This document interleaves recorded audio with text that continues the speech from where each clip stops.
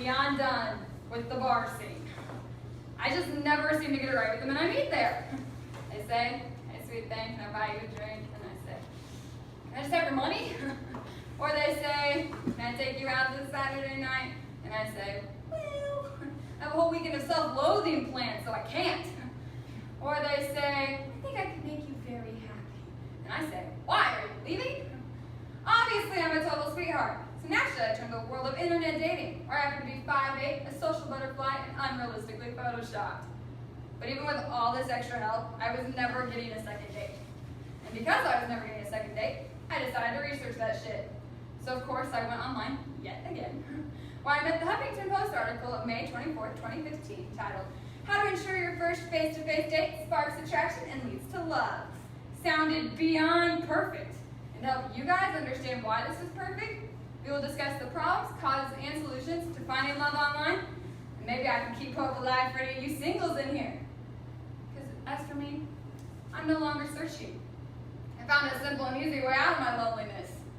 I'm dating a homeless guy. So much easier convincing them to stay the night. There's one problem with online dating.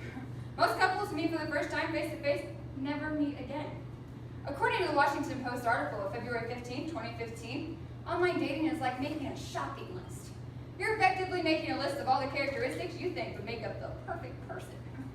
And the problem with clicking all those little boxes is we actually start to think that there's a perfect person out there. Well, let me tell you guys something. This isn't Build-A-Bitch. You get what you get and you don't throw a fit.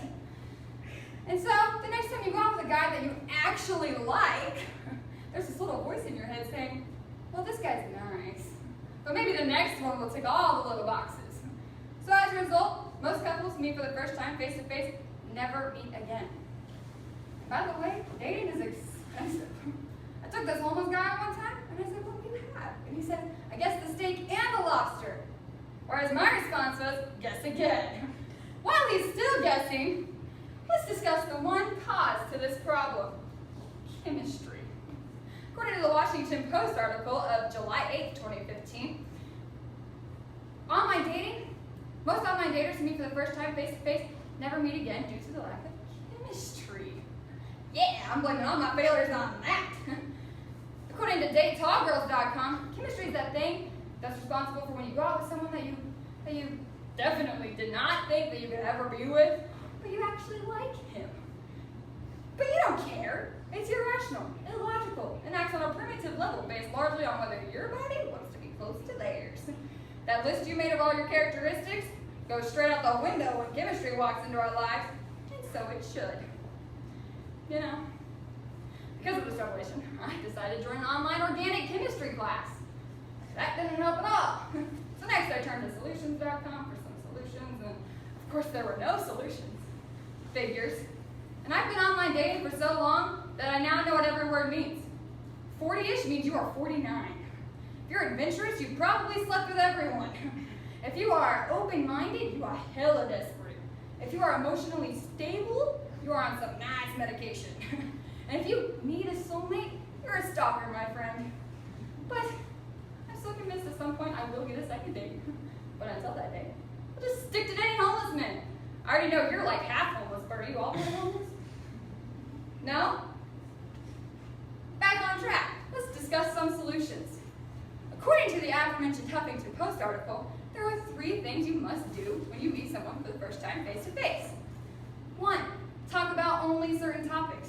Apparently, you can't talk about whatever you want to. 2, learn how to pick a potential date. Picking anything with a profile picture is frowned upon. And 3, like a PowerPoint presentation, learn what visuals to utilize. But first, talk about only certain topics. According to AshleyMadison.com, Life Short, Have an Affair, there are a whole range of topics you can choose from. But choose wisely, my friends, because the topics you choose to talk about strongly correlate with the amount of chemistry that will be generated. So talk about how French coffee spreads happiness to the brain. That's a real winner, let me tell you. According to plentyoffish.com, you should talk about topics that you can connect with both easily and deeply, such as our bodies, food, and emotion. Whereas the more technical topics, such as biometrics and aircrafts, yeah, those are not good topics, people. If you want to talk about your project involving nanotechnology, you can go to a nerd convention. Those topics will statistically lower your chances second date. According to chemistry.com, you will generate no chemistry. And according to match.com, your match just became unmatchable. Second, learn how to pick a potential date. You know how on match.com you're 98% match and okcupid.com you're 90% friend and 10% enemy? Yeah, stay away from those people. According to jewishdate.com, you should go for those who are 50% match and 60% friend. Why, you may ask? Because it creates a level of intrigue. It allows you to learn about someone else's world and passions. Whereas if you dated someone who was 98% match, everything you said would be retorted right back to you. Everything you said would ultimately end in them saying, OMG, I love my eggs and ham too! Or, oh my god, I love to whip and nay too! Whereas you might be saying, that's a good thing, right? No, it's freaking annoying. It's like dating myself. And I like me. Just not that much. According to DayAsianGirls.com, people want the intrigue about learning about someone else's world and passions. Third, appearance. According to AskGreaves.com, the most obvious first impression on a first date is appearance. And to be of the most favorite dates, you should grow your hair out a little bit longer than usual. Always wear your glasses, even if you don't need them. These are real, by the way, these to see. And you should dress up a little bit more than the average date. The next most important thing is the mood of the meeting place. But choose wisely. Color plays a very important role. According to the aforementioned Huffington Post, color closely correlates with the reviews given by daters on onlinedatingreviews.com. For example, fascinating dating perceptions involve a high amount of blue-colored clothing, lighting, or ambience. So there you have it, folks. Follow these 3 basic steps, and I promise at some point you will get a second date. I'm just so sick of Netflix and chill, Hulu and snuggle, Amazon and fondle. I just suck with all types of men, guys. So I decided I'm gonna move to the countryside. So I could try farmersonly.com. Why? Because city folks just don't get it. So today, we have ensured the internet stay a hopeful place by discussing the problems, causes, and solutions to finding love online. And hopefully I made it a little bit more realistic for you guys.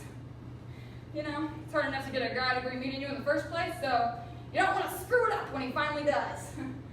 The only way I ever succeeded in getting a second date was to borrow money from the guy on the first date. The way he had to see me again to get his money back. I just think, if absolutely nothing that I just told you ever helps you, you could always try cousins.only.com. People always say in the end, relationships are between a woman who's scared of being alone and a man who finally gives into years of her pressure. I say relationships are all about buzzwords, colors, and pretense. But at the end of the day, I still have my cat Fluffy, and it's worth it.